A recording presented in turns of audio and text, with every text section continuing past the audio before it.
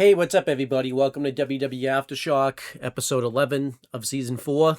I'm Owen the Birdman Finch, and I'm just going to kind of talk about what's been going on with WWE the past week. So let's get right into it. I'm going to start with Evolve that aired last week, since that was the first show that happened. Hopefully, I can remember everything, but we'll see. It kicked off. They showed backstage. Timothy Thatcher hyping up the Evolve title match that was going to air on the show, which was pretty cool. Then it kicked off with, I think it was Layla Diggs versus, it's a new ID talent. She kind of started the whole fight with, you know, Nikita's group and everything like that. And she won, which was, I guess, pretty cool. Layla Diggs won. Obviously, this was taped a while ago since Layla Diggs is currently injured right now, so there's that. Then I'm pretty sure this was like the proper kickoff of the match of the show. It was Max Abrams versus Starboy. I forget his actual name, but Starboy. Obviously, they had an excellent match. Max Abrams told IT 2.0 to leave, let him kind of handle this himself, but obviously that really did end up panning out.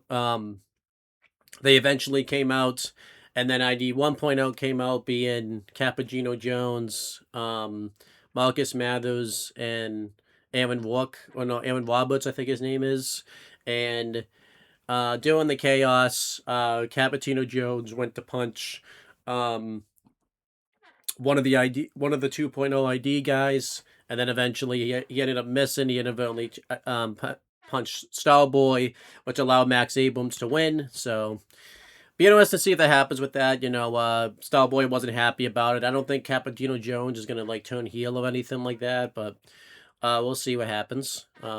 So there's that.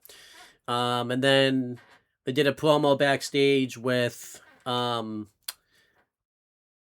Holyfield, announcing he wants to have his rematch with Brooks Jensen. So that match got set up for next week. I don't think I took notes. Let me just double check, make sure. But I don't remember taking notes because I just didn't end up doing it. But let's double check that. Never hurts to look. No, I did not take notes. So, I think the last thing I remember, there's probably more things, but the biggest thing was Aaron Walk versus Harlem Lewis for the Evolve title. It was a really good match, actually. Really enjoyed it. Harlem Lewis was very intense in this match. He had his finish right away. But eventually the match went on for a little bit more. And Harlem Lewis won. He ended up becoming the new Evolve champion.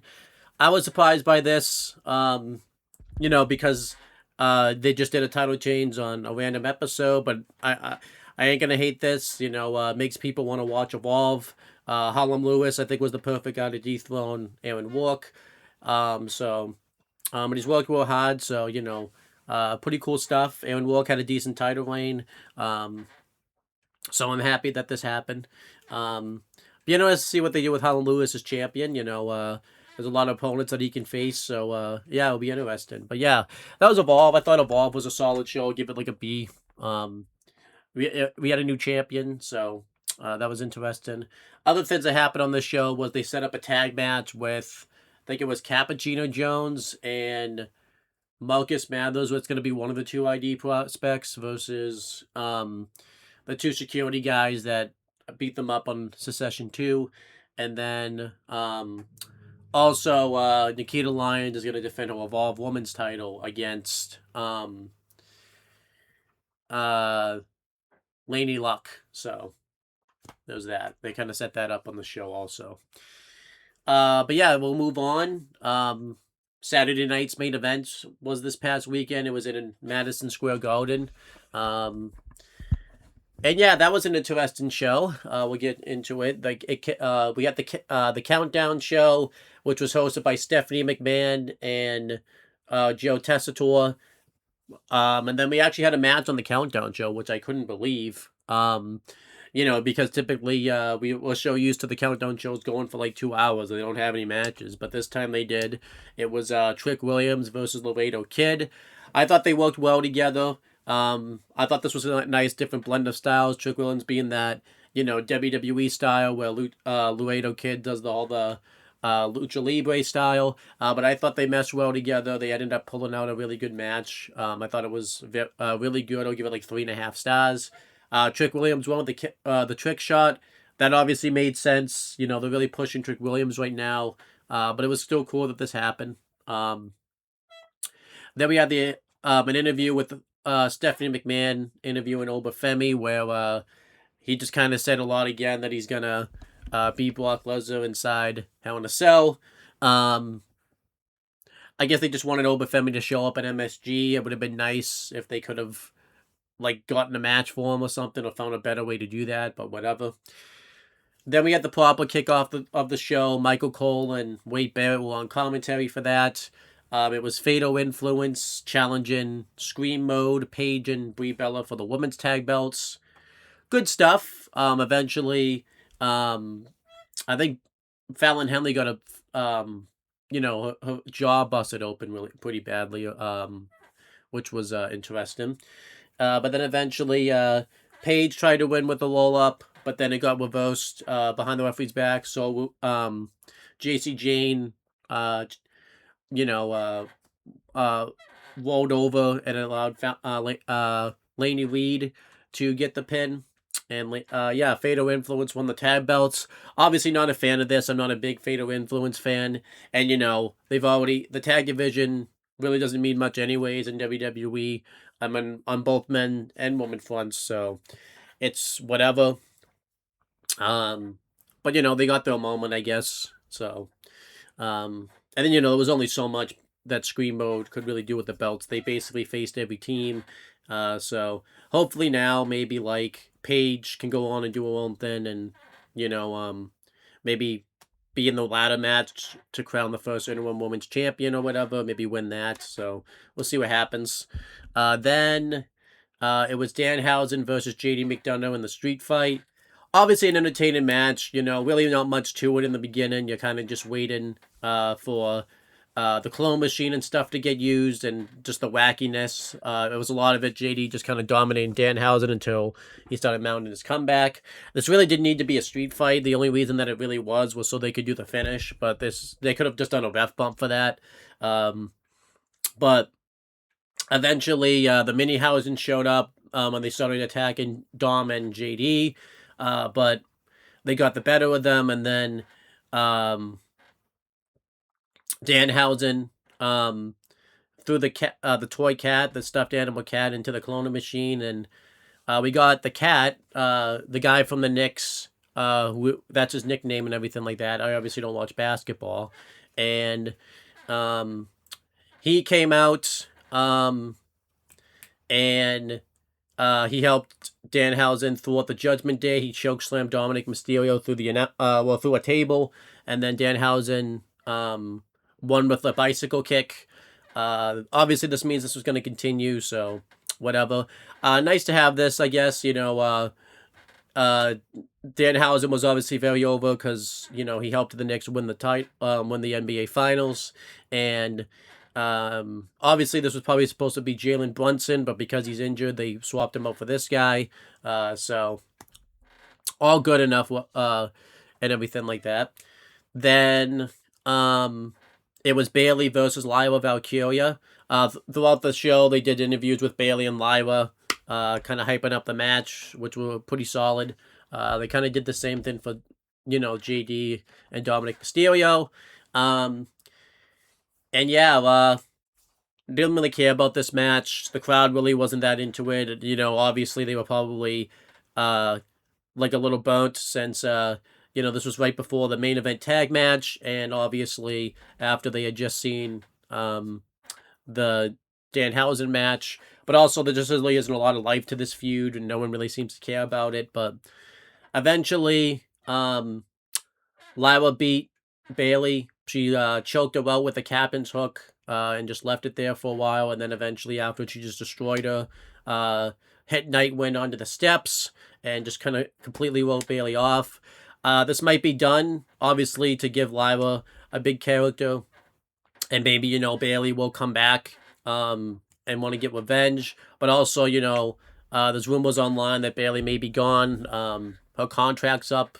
I think in the fall. I think it's September at some point, and um, obviously, this was done to write her off. She hasn't resigned yet. Hopefully, they can retain her.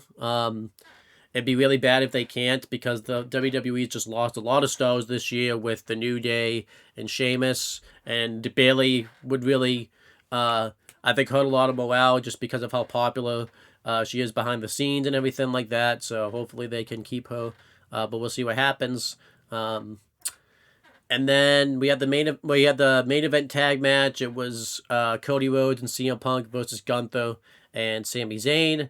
Earlier in the show, they did a segment with Sami Zayn and Gunther where they didn't really look like they were going to get along as teammates. And then they did one backstage with Cody and Punk where they kind of really couldn't get along of who was going to come out first and everything. Kind of the typical babyface thing. And then, yeah, we had this match. I thought the match was very good. Very good tag match, very intense. Really, they kind of brawl with each other. They got the heat on Cody for a while, and then they did the same to Punk. And everyone just kind of went in there. It was all chaos and everything like that. Eventually, the ref took a bump, and Gunther had the match won. He laid out Cody with the power bomb, and I mean, you could see Nick Aldis clear as day. They couldn't really hide that, but yeah, Nick Aldis pulled the official out. He cracked Gunther with the belt. Um, and then Cody and Punk beat him with Crossroads. Um, Obviously, they could have gone about this a little cleaner, because Nick Aldis basically kind of put Gunther in this position to like get a title shot, even though he beat him up. So he kind of did this to like kind of screw over Gunther. It would have made more sense if Pierce made the decision to make it for the title match. But whatever. I'm happy we're getting there. Obviously this was kind of the indication we were going to get Nick Aldis versus Gunther. This was a good way to set that up. Obviously kind of sucks for Sammy. It looks like he's going to be watching SummerSlam from catering, since there's really not another match for him to do at SummerSlam unless they want to do the tag stuff with Johnny Gargano, since they've been doing a lot of stuff together on screen. But we'll see what happens. Then the main event segment of the show was basically Roman Reigns acknowledging Jalen Brunson and the Knicks. They did a big thing for Jalen Brunson where he came out. Roman Reigns, was in Gorill's position, and they did a big entrance for him. They did a video package hyping up Jalen Brunson and the Knicks winning the NBA Finals. They came out. Roman Reigns acknowledged him and talked about how greatness represents greatness and all that type of stuff. And you kind of think that that's going to be it, but then Seth Rollins' music played. And it wasn't Seth Rollins, it was Tyrese Halliburton, which I actually thought was funny. It seems like every time this guy shows up on WWE programming, he's always a heel. I think it's just because they always show up to the cities where he's not very well liked. And then he gets attacked. Roman Reigns gets attacked by Seth, and he's about to lay him out with the stomp, but Jalen Brunson stands in the way and says, "You're not going to do this in my house." Roman Reigns lays him out Seth with the Superman punch, followed by a spear. And that was basically it. Obviously it depends on your viewpoint, whether you liked this or not. If you were actually in the arena and in New York, you would have loved this. This is definitely something you do for the live crowd, but at home it was a little boring. And really just didn't have much to do with anything. This was clearly WWE really excited about the fact that they can kind of do stuff like this, because they have the ESPN partnership. And TKO loves the celebrities, so it's what it is. It doesn't really help, that because Tyrese is hurt and because Jalen's hurt, they really couldn't do anything. So it's whatever. We really didn't need this on the show, but whatever. That was Saturday night's main event. I thought that show was solid. I'll give it a B. I liked, the Danhausen stuff. I love the tag match.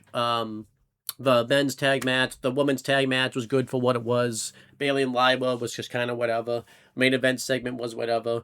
It's nice that I guess New York got to have their moment, but yeah, it didn't really need that. So yeah, so that was Saturday night's main event. Going through my star ratings, I'll go through that real quick.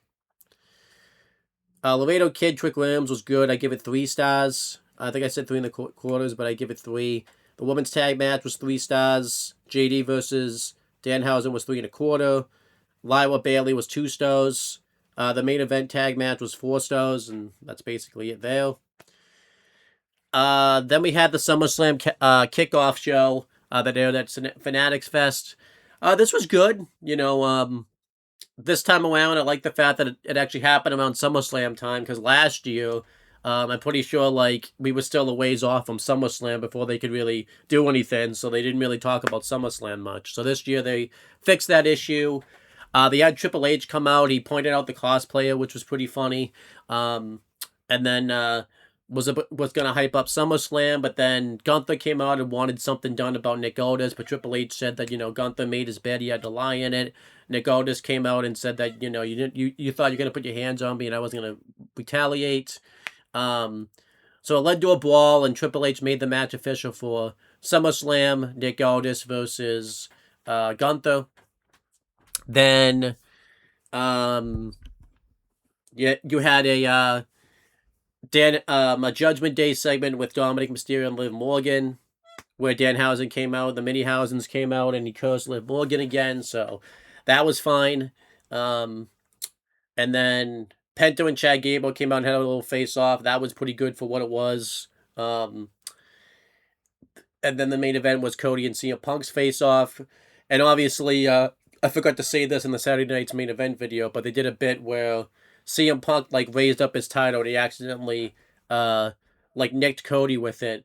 And they did a segment backstage where Cody came up pissed about it, but they took it down off all social media platforms. So I didn't even get to really see it because it aired when I was gonna go to work and stuff like that. So Cody kept Cody apologized for letting his ego get the best of him, but he still called out CM Punk, saying that it wasn't an accident. And Punk obviously sympathizing with Cody since, a lot of people have turned on him recently and he's having some trust issues. And Punk says that he's not going to do that, and that it kind of leads to them getting into a little altercation. So I'm glad they've added some heat to the main event title match. It's not just going to be babyface versus babyface. It'll be interesting to see what they do on SmackDown. But yeah, that was the kickoff show. I thought that was pretty enjoyable. I'll give that a B minus. And then we had Raw, which was kind of a disaster. Probably definitely a filler episode. Really nothing really worth writing home about, but just showcased a lot of the issues with Triple H's booking and just how's the show structured. It showed everybody arriving. They showed the recap of Saturday night's main event. And that's kind of what this show was. It was really recap city. They recapped Fanatics Fest. They recapped Saturday night's main events. They recapped several things, several times. And it was all over the show.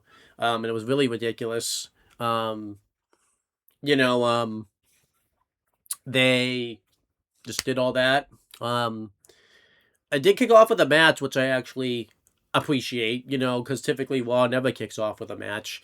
It was The Vision versus Dragon Lee and Javon Evans. Really random match. Really didn't have anything to do with anything, but it was still good for what it was. Eventually, The Vision won when they did the spear high and low combination on Dragon Lee. And then afterwards, they continued to beat down Javon Evans. Alpha Academy come out to make the save, and they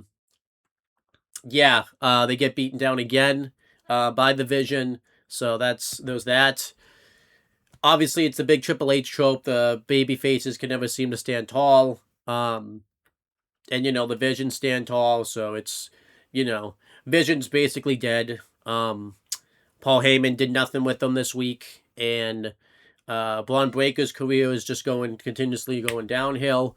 Doesn't obviously help the fact either that Unreal came out recently and they said that they didn't have him win the Rumble because they were worried about the fact that he was going to get shoved down our throats, which doesn't make sense. And not only did he not win the Rumble, he was eliminated in like that. So it's just they really hindered that guy's momentum. You know, he's the fourth most important guy in the faction, which this was supposed to be made to launch his career, and that hasn't happened. And now he's just a silent muscle to the Vision, which just is a joke. So that sucks. They did an interview afterwards, and he said nothing. So the Vision just continues to go downhill. And they should have broken up. They should have either broken up or just gotten Braun Breaker away from them, but that doesn't seem to be happening. And then what else was What was after this? They should have a big cast video package. I thought that was really good. Kind of showing like all of his trials and tribulations with getting released, getting injured, all his alcohol addiction stuff. So yeah, I'm happy to see Big Cass come back. I hope they can kind of do something special with him. It was rumored Enzo Amore was supposed to come with them, but it doesn't seem like that's going to happen. He's supposed to come back on August 3rd, the day after SummerSlam, so we'll see if that happens. But then I'll just kind of cover all the Judgment Day segments all at once since they're all over the show. Judgment Day announced that they want their money back, so they corner Danhausen and say that if they only have a certain amount of time to get his money back. So he comes out with a briefcase. He says he's going to give them back their money. But instead, he doesn't want to do that. He wants to give it to the fans. So Judgment Day come out. They beat down Danhausen. Joe Hendry makes the save. But they end up taking back the money during the Joe Hendry save. And then backstage, we find out that it wasn't real money. It was Danhausen money, whatever that means. So everyone kind of still gets into a shouted match. And JD McDonough threw the briefcase and he accidentally threw it at Oba. So he made two matches, Oba Femi versus JD McDonough, and Danhausen versus not Danhausen, Joe Hendry versus I think Dom, actually. Yeah, it's Dominic Mysterio. So yeah, the JD McDonough Oba Femi match, Oba completely squashed him to hype him up a little more for Hell in a Cell. Though he was also on the SummerSlam Countdown show too. I forgot to mention that. And then later in the show, Dom lost to Joe Hendry via Danhausen interference. At first, Danhausen tried to come out himself, but Liv Morgan beat him up. So he came out in his Mad Max call, and with Io Sky, she beat up Liv Morgan and sent her packing, and it led to Joe Hendry winning. And now this is going to lead to a match between Dominic Mysterio and Danhausen, which I'm pretty interested in. I mean, Dom's will be a babyface already, but whatever. Then other things on the show. I guess I stopped taking notes in between stuff, but Solo Sikoa offered to help Seth Rollins out in his match with Roman at SummerSlam. He said that he knows the Bloodlines plays and everything like that, so he says that he would help out. Seth. Seth said you have to think about it, but Solo kind of pulled him back and said there's nothing to think about. That's the only way you can win. Jacob came out, Solo took off, and then Seth super kicked him. And backstage, obviously Seth did this knowing the fact that there's really not much that Jacob can do because he's been given orders by the tribal chief to not touch Seth. So yeah, there was that. Didn't love this segment. It just really didn't make any sense. Solo saying that the Bloodline's gonna interfere in these segments, but Roman's been winning all his matches clean, and it's just whatever. So Um, I assume at SummerSlam they will do bloodline interference because of this now. But again, Roman's been winning all his title matches like clean, so it doesn't really like lately. So it doesn't really make a lot of sense. They even say this on the show. So um, in the main event, I guess though, I'll just talk about that. Bloodline. It was Jacob versus LA Knight. LA Knight did a promo during I think he did it during break. And then when it came back, um, Jacob had like come out. And um, yeah, they had the match. It was good for what it was. Jimmy tried to interfere, which led to like Powerhouse Hobbs / Royce Keys and Solo trying to counteract that, and then eventually Jey Uso returned to like good reactions, I guess. And it caused Jacob Fatu to win. The Bloodline then just beat up um, the baby faces, and that's how the show ended. Uh, Whatever, you know. We're still doing Bloodline stuff. And it's just how it is. Nothing really bad here, I guess, but it's just such filler. I guess good to see Jay back. He's been MIA recently, so I'm glad that he's back. So, yeah. Other things on Raw, they spent the time during break to hype up the women's IC title match with Soruka and Raquel Rodriguez that for some reason she's having, even though she lost a couple weeks ago, but whatever. Um, and they did again, they did the SummerSlam opponents. Can they coexist then with Penta and Chad Gable beating Ethan Page and Rusev? I still care about Chad Gable, but they've kind of seemed like they've moved on from his storyline. Like, he was supposed to be doing like a redemption tour, and I guess he's still doing that, but they've kind of taken him away from the Alpha Academy part. Like, now that Maxine's turned, they've kind of not had Gable really associate much with him. Maybe they're gonna save that for SummerSlam when they're both in the Otis and Chad's hometowns.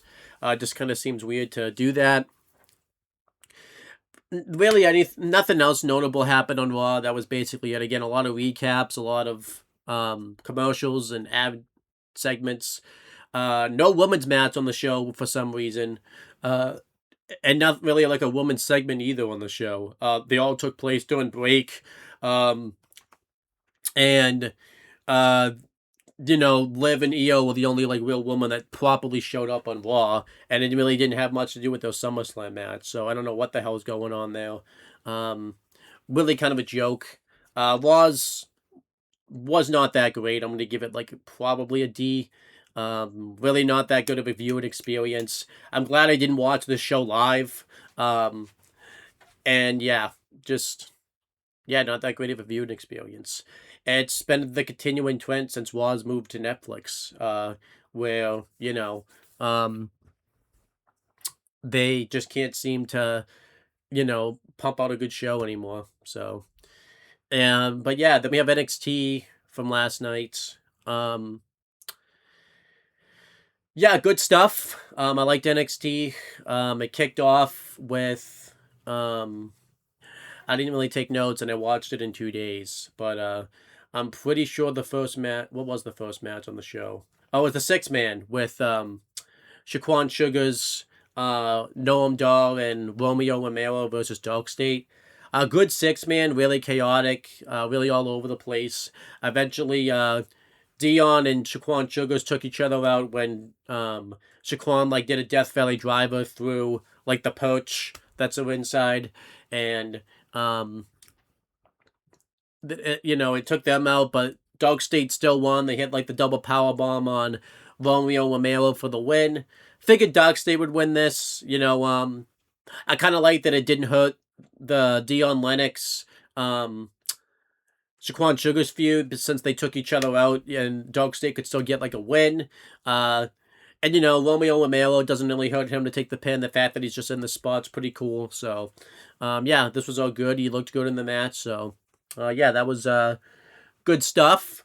Earlier in the show, Thea Hale tried to talk to Robert Stone, but Robert Stone was kind of too busy, like talking with someone that he had been talking to all day. And Natty came up and just kind of said she's going to teach Jada Parker a lesson. and kind of put down Thea Hale, whatever. Um, we had a face-off with Kendall Gray and Lola Vice. They didn't really cut that great promos. Uh, Lola Vice just kind of talked about how, like, she had to, like, struggle, saying that Kendall Gray just got lucky. But basically, we got an NXT Underground match out of this that's going to take place on August 4th. I'm interested in that. I assume they're going to have Kendall beat her, which I guess isn't a bad thing. Kind of shows that Kendall can go to her level and win. But this is supposed to be Lola's match, and if she kind of loses it, but I guess she's done this match for a while. I guess she was always meant to lose it. I wonder if she'll lose that match and then maybe get called up to the main roster, because I don't really know where Lola Vice goes from there. But it's pretty cool that they're bringing Lola's match back, and Kendall will beat her in that match. They had like an all women backstage segment that was just kind of used to hype up all the women matches on the show. Trying to make sure I just remember all the matches. I'm trying to think of what else was on the show. I literally just watched it last night going into today. Just a lot of stuff has happened. I should have probably taken the notes. They did a segment backstage where Mr. Stone met with Out the Mud, and he granted them the tag match with Birthright, but also wanted to talk to Bronco Nima since, about August 30th, because that's going to be the AAA NXT crossover show, and since he's in two factions, they have to decide like what show he'll be on and everything like that. So, kind of teasing a little dissension without the mud. Don't really think you need that. I get why they're doing that, obviously, but don't really think you need it. Then Sean Spears faced what's his name? It's that big guy from the Cullen. Not Blanco Nima. I forget his name, but he faced the big guy from the Vision, the Cullen. And yeah, they had a pretty decent match. I enjoyed this. I thought Sean Spears looked good. And yeah, eventually the finish came when Sean Spears grabbed a chair. And he acted like he was gonna hit him, but then Izzy Dame got on the apron, and then Lizzie Lane attacked Izzy Dame, Lizzie and Izzy. And this distracted the ref, and they did the Eddie Guerrero spot with Sean Spears, pretended to get hit with the chair by the big guy. And yeah, I liked the finish. I thought it was a good way for Sean Spears to kind of get one over on him, showing that he hasn't really learned anything from from him. So that was good. To set up a match between Izzy and Lizzie next week. I imagine the big guy is gonna completely lay out Sean Spears the next week. So yeah, because I assume the ultimate goal is gonna be they're gonna put over this guy. And Sean, they want to obviously extend that. So yeah, that makes a lot of sense. We also had on this show Nicole. I forget her name. I don't remember what a WWE name, but Nicole beat Skylar Ray. This was her debut match, and she looked pretty strong in the match. She had a nice entrance and everything like that. And yeah, Nicole beat her. I figured Tatum Paxley would come back and they would do something since Nicole laid her out. It's been a few weeks now. It would have made sense for Tatum Paxley to come back, but I guess they wanted her to look strong. I would have brought back Tatum Paxley, so interested that didn't happen. Then we had Jada Parker versus Natty. Honestly, didn't really care about this match. I don't really care about Jada Parker. Before this segment, they did a segment where Natty was kind of putting down Thea Hale and kind of offered her to join her, but Thea Hale refused. So Jada Parker put Natty in the sharpshooter, and Carmen and Nikita were kind of fighting over if they were going to throw in the towel or not, but then eventually the towel got thrown in, and we found out that Thea Hale threw in the towel to kind of screw over Natty. So there's that. That's probably going to be Natty's next feud. They're probably going to have Jada and Thea team up to take down Carmen and Nikita. Maybe they'll do a rematch with Jada with Natty, and then obviously they'll do a match maybe with Natty and Thea. Really don't care about the Natty gimmick. WWE's completely dropped the ball with that. You know, they did it too early. They did it in the build to WrestleMania. Didn't really show much interest in it.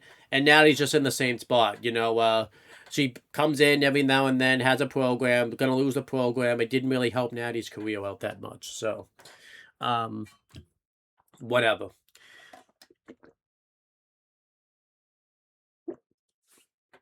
I'm trying to see if I can remember anything else that happened. They did a segment with Shiloh Hill where he bought like a tooth from Danhausen, and Danhausen got kind of worried that that could be cursed. So Shiloh Hill demanded Robert Stone make a match between him and Tristan Angels, which he did.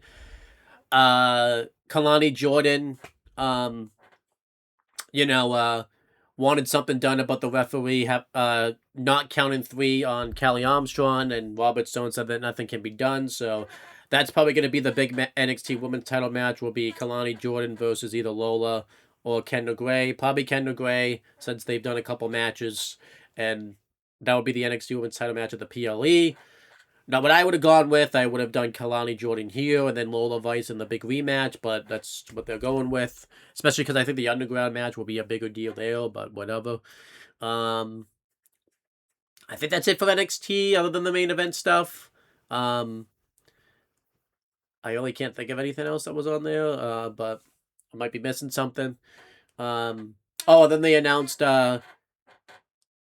Miles Bourne to defend the North American title against Cam Hendricks. Miles Bourne wanted a tag title match with NQCC versus Vanity Project. So Robert Stone made a deal with them that if he defends the North American title and successfully does it, they'll get the tag title match. So there you go. Can't really think of anything else that happened on NXT.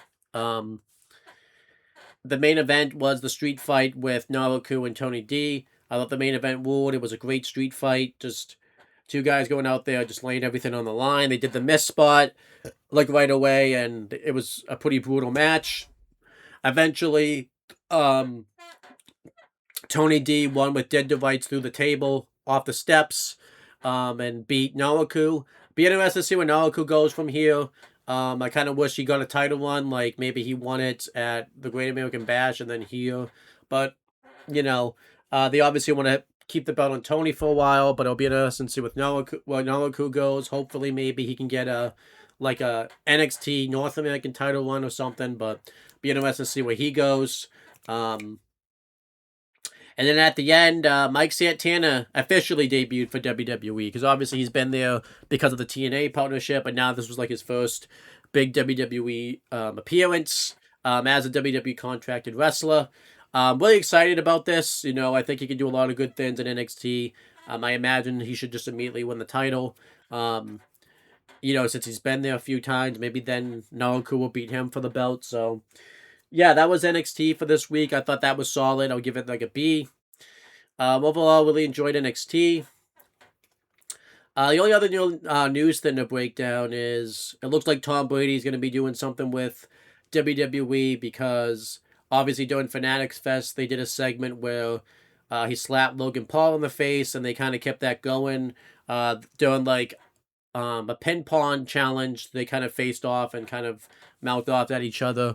So it looks like Tom Brady's going to be doing something, which obviously is getting criticized. You know, I guess understandable because WWE's been doing a lot with celebrities, especially since TKO took over. But I don't hate this happening. You know, I think this could be a lot of good. I definitely would jump on this. I assume, you know, him and Logan, I think, could put on something pretty good together. The biggest thing, obviously, I'm concerned about is, you know, what will his personality be like since he's got a little bland on the mic. So hopefully that can all get situated. But yeah, if Tom Brady wants to come in and do something, I'm totally cool with it. That's going to be cool for WWE. But I could see why people would hate this because obviously it's TKO continuing to dip their toe into celebrity stuff and not really focus on storytelling and all that type of stuff. So I could kind of get the little bit of the hate for that. So, and that was basically everything that happened in WWE this week. Not a ton. Not the best week for WWE, I guess. So whatever. I probably won't do a show like covering the shows next week. Probably next week I'll sit down and, since it's gonna be the go home week before SummerSlam, I'll do a preview and predictions for that. And then I'll cover SummerSlam the following week, with NXT also included. So I hope you guys enjoy that. And that's pretty much it, guys. And I will talk to you guys later.